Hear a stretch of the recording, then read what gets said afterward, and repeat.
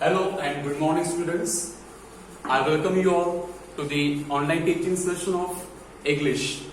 Dear students, today I shall begin with Unit 2.1 Animals.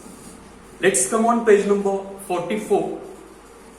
Before I start with the poem, here there are some warming up activities which you have to do on your own at home. Let's straightway come on page number 46. Animals. The poet of this poem is Walt Whitman, one who is a very well-known American poet, one who has composed this beautiful poem which tells us all about the qualities of animals which in fact human beings should possess in them. So today we are going to discuss all those important qualities, you can say characteristics of animals which human beings should cultivate, which human beings should inculcate in their life. So let's see page number 46. Before I start this poem, we are going to discuss in brief about Walt Whitman, one who was born in 1819 and died in 1892.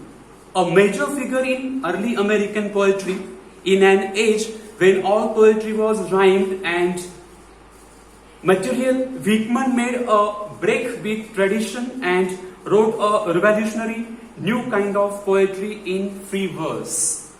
This is the most important characteristic of Walt Whitman poem. His all poems are free verse type poems. If you look at the poem of Walt Whitman, that it is the best example of free verse. There are no rhyming words, there are no rhyming schemes. Therefore, these poems are of free verse. This is the most important characteristic of Walt Whitman's poem. The poet tells us that he feels more at home with animals than humans, what he finds complicated and false.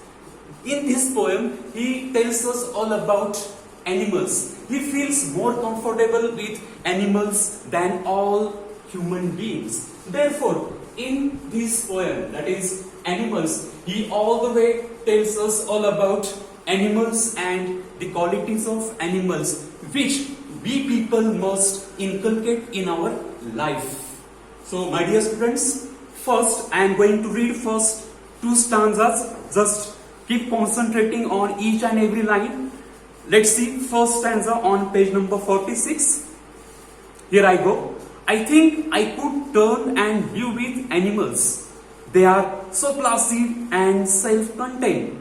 I stand and look at them long and long. They do not sweat and whine about their condition. They do not lie awake in the dark and weep for their sins. They do not make me sick discussing their duty to God. Not one is dissatisfied, not one is demented with the mania of owing things. Not one kneels to another, nor to his kind that lived thousands of years ago.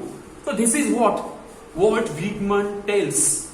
This is what Walt Whitman wants to pass us. This is all about the qualities of animals which he tells in his poem, that is animals. Now here onwards I am going to explain each and every line in detail. If you look at in textbook, again you see first two lines. I think I could turn and live with animals. They are so placid and self-contained. Here the speaker is none other than Walt Whitman, and he says that I think I could turn. Turn here means, if you look at transform. Transform means to change. I want to change myself and live with animals. He wants to change himself from human being to animal, as he finds himself so comfortable, so happy in the company of animals. They are so placid and self-contained. Placid. Here if you look at the meaning of placid, it's very important for us to know the meaning of placid. Means not easily upset. One who not easily upset. One who never feels sorrow. So he says that I want to be there with animals and their company, and all the animals are self-contained. Self-contained means self-sufficient. They are self-sufficient. They don't depend on each other. And therefore, he has observed all the animals and their behavior. So he finds himself so lucky, and therefore he urges, he requests to all, he be as like animals. Just look at them, their behavior, and accordingly you start behaving yourself. That is what is explained in first two lines. Let's go to the third line. I stand and look at them long and long. I stand. He observes all the animals all the way and wants to be with them for a long time, hours and hours. They do not sweat and whine about their condition. In fact, they do not sweat. They do not whine. Whine means to complain. They never complain. They find themselves quite comfortable. And that is what Walt Whitman wants to tell all the human beings. As they do not sweat and whine about their condition, they do not lie awake in the dark and weep for their sins. Even if they do something wrong.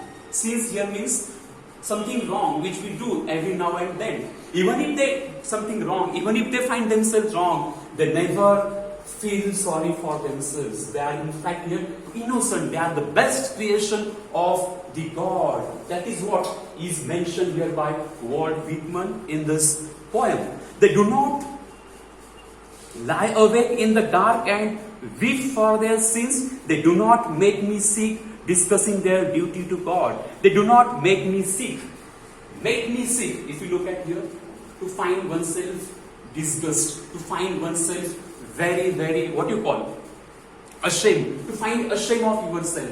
Even if you find, but if you go to the company of animals, if you want to enjoy yourself, then you must feel yourself quite comfortable. They do not make me sick discussing their duty to God. Not one is dissatisfied, not one is demented with. Demented means here mad. So one should find quite comfortable, happy in the midst of animals, as they are the best. They are the best creation of the Almighty, the God. Let us see the last two lines. Not one is dissatisfied, not one is demented with the mania. Mania means craze of owing things. Not one kneels to another, nor to his kind that lived thousands of years ago. Kneels means worship. They do not go for worshipping to God, as they find themselves quite comfortable, innocent, best ever creation of God. That is what Walt Whitman wants to tell to all the readers in his poem. So, you just be like animals, as they are the best creation of the God. These are the qualities which are mentioned by Walt Whitman in this poem. Rest part of this poem, which can be studied during my next online session. Till then, keep reading, keep watching, keep learning. Thank you very much. Have a good day.